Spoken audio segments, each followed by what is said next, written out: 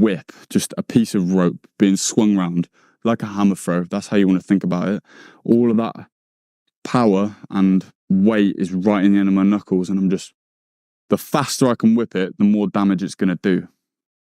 As it gets to this point where the target will be, then this is where, just like the right hand, my arm will stiffen up. I want to turn over my knuckle so it lands on the knuckle. If it lands on the knuckle, it's going to do a lot more damage. Same thing applies with the shoulder. Bring the shoulder up to the chin, and we're turning that knuckle over. The reason why we're turning the knuckle over is because we're at long range. As we get shorter and shorter range, it's more and more advantageous to have the palm either facing downwards or facing you. You can snap with the shoulder this way. So now we've got this down where we're just flinging our arm around like this. We're going to now throw it from here.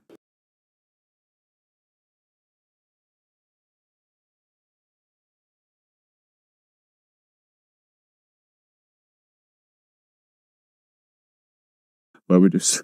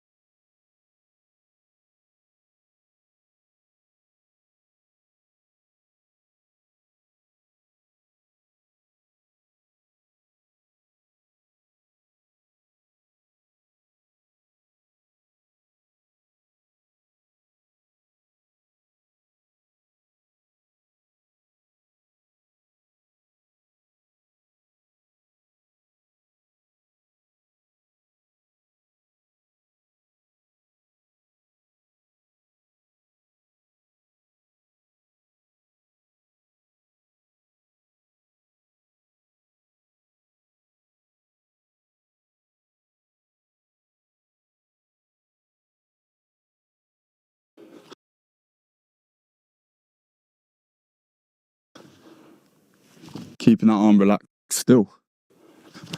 Whipping with our shoulder. And then we're going to throw it from here. I'll show you from front on. When we throw it from here, we're going to draw a C shape with our hand like this. We're going to try keep our elbow tucked in and our hand up. And turn the knuckle as it comes over. A shorter range left hook will be where our palm faces down. Exact same principle. And a close range left hook will be where our palm faces us. We can also do longer range hooks with our palm facing us. But if it goes really long range, then our opponent will have to be slightly off to the side for it to actually connect on the knuckles.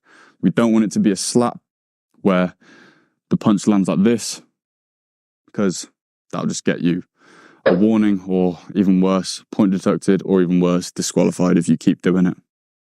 Next punch is the right hook. The right hook, similar to the cross, or sorry, the rear hook, because obviously you could be southpaw. It's exactly the same as throwing a cross, except we're just bringing our hand to here. We're having a bend in the elbow, and we're just rotating our hips. We bring it to here and rotate. And we want to land that knuckle on as well to cause as much damage as we can. Think about the rotation more than the arm. The more you can do that, the better the punch will come. Same principles apply as the left hook.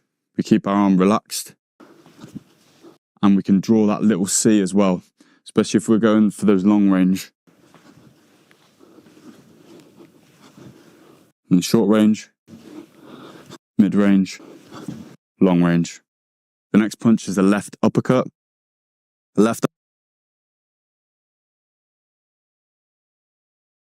uppercut is probably one of the harder punches to throw, but the same principles apply in terms of rotation, even though the punch isn't going straight out or to the side.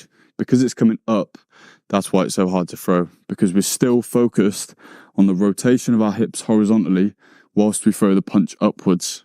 So you need to get this hip movement still going whilst bringing that shot up.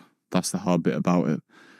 A slight dip with our hand to about here, and then we bring it up as our hips rotate.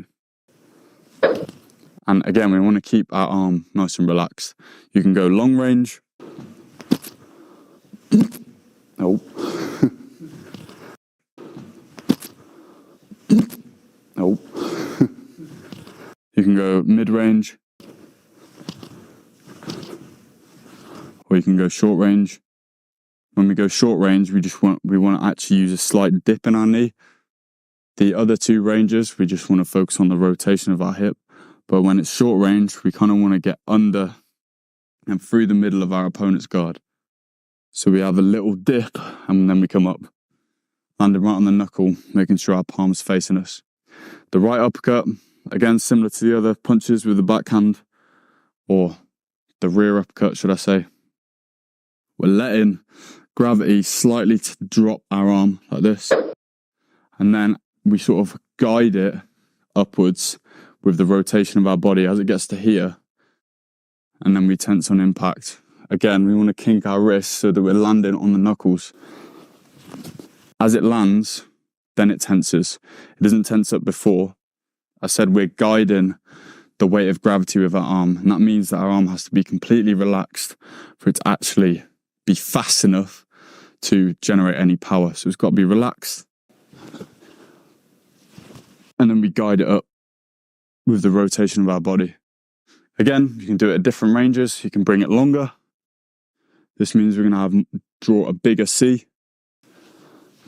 And then we can go mid-range. And then short range, again, that little dip. Drawing a smaller C. And landing it that way. Two more punches to cover, stay with. We've got the left hook to the body. The left hook to the body is quite a hard punch to throw, and there's a lot of different ways to throw it. A lot of people teach it as if they're slipping inside before throwing it and loading this leg up to, like push up like that. But from personal experience, as an elite amateur boxer, that doesn't work. Everyone on the internet says that's how you do it. It just doesn't work. And the way I've been told does work, so I'm going to share it with you. All you need to do is, instead of loading this leg up, you just need to keep your body straight, like there's a string coming out the top of your head and you're rotating about this string. And all you need to do is drop the hand to about here and then rotate your body until it lands roughly in the region of your opponent's liver and puts them on the floor. That's the aim. So just drop the hand, let gravity drop the hand to the right position,